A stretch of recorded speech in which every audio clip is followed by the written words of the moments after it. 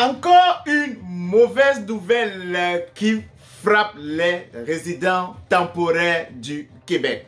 Il y a quelques semaines, ceux qui étaient frappés par une autre mauvaise nouvelle étaient les étudiants étrangers. Aujourd'hui, ceux qui vont recevoir la mauvaise nouvelle en ce moment, ce sont nos travailleurs étrangers temporaires. Ils se verront dorénavant imposer un examen oral de français lors du renouvellement de leur permis de travail. Ceci après 3 ans. Donc, si en ce moment tu regardes cette vidéo et que tu es travailleur étranger temporaire au Québec et sur le point de renouveler ton permis de travail, cette vidéo est bel et bien pour toi. Comme d'habitude, reste scotché jusqu'à la fin et on va se retrouver après le jingle. Stay tuned!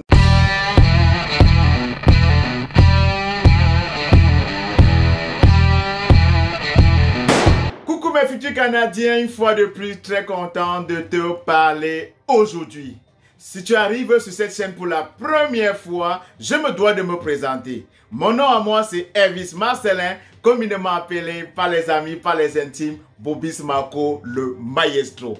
J'ai créé cette chaîne Pensons Immigration pour te permettre à toi futur Canadien qui dorénavant sera nouveau Canadien de réaliser ton rêve canadien par toi-même, de faire ta procédure d'immigration canadienne par toi-même.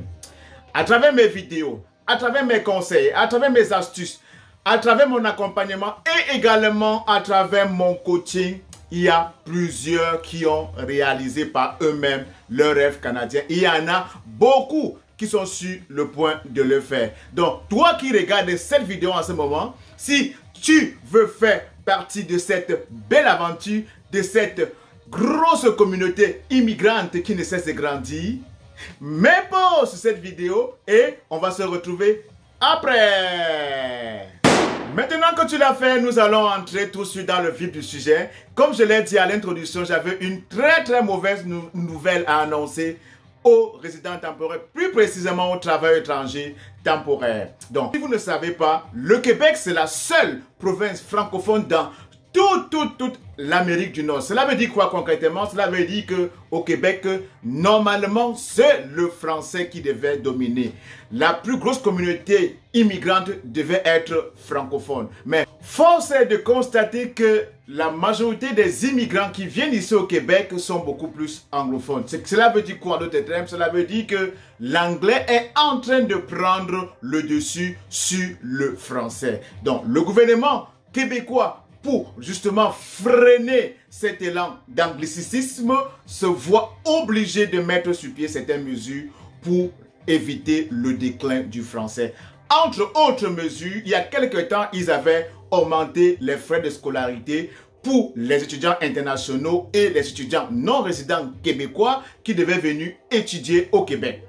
Aujourd'hui, ceux qui sont touchés également par une mesure, pas la mesure semblable, ce sont des travailleurs étrangers temporaires qui, dorénavant, pour renouveler leur permis de travail, devront subir un examen oral et non écrit. Je dis bien un examen oral de français et non écrit avant le renouvellement de leur permis de travail. Ceci après 3 ans.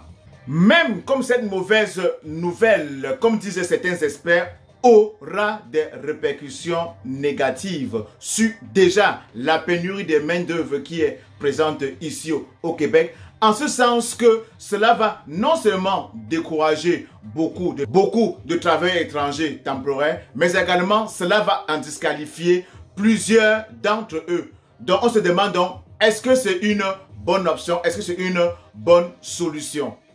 Ce qui est très important par rapport à cette nouvelle mesure, par rapport à cette mauvaise nouvelle, c'est que les travailleurs étrangers temporaires du secteur agricole ne sont pas concernés. Donc, ils sont épargnés. Donc, par ailleurs, cette mauvaise nouvelle, mais cette mesure, on la voyait déjà venue. Pourquoi? Parce que après consultation, il avait été proposé au gouvernement, déjà par le passé, de réduire la proportion des détenteurs des permis de travail qui ne parlent pas français. Certes, ce n'est pas une bonne nouvelle, surtout pour nos travailleurs étrangers temporaires non francophones. Mais alors, est-ce que le Québec n'a pas totalement tort?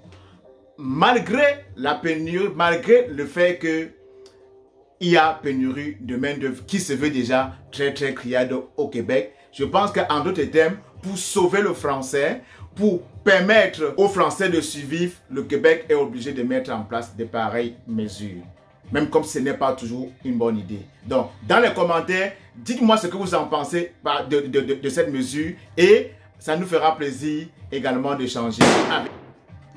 Nous ne serons clore cette vidéo sans vous annoncer cette bonne nouvelle. On dit à quelque chose malheur souvent bon. Donc, j'ai pris le temps, mon équipe et moi, nous avons pris le temps de lire de fond en comble tous vos commentaires, de répondre à toutes vos questions. Et ce qui nous revenait pour la plupart des temps, c'est parmi vous tous, mes futurs Canadiens, c'était comment faire pour venir au Canada en tant que travailleur.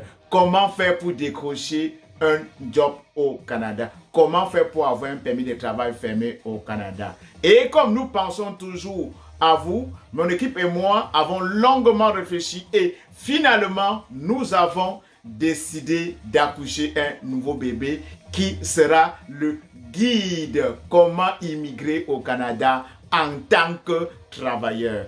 Donc, dans les prochaines semaines, soyez vraiment à l'affût de cette...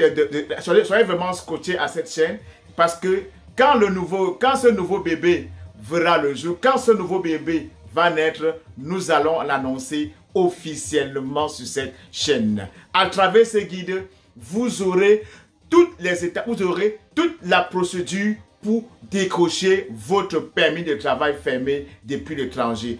Et ce, vraiment de Dieu, en dépensant non seulement le moins de temps possible, le moins d'énergie possible, et également le moins d'argent possible. Donc, futurs Canadiens, restez simplement scotchés comme d'habitude sur cette chaîne, car, comme je te l'ai toujours dit, le meilleur est à venir. Et une chose très importante que je dis toujours dans mes vidéos, ne les regardez pas comme du Netflix.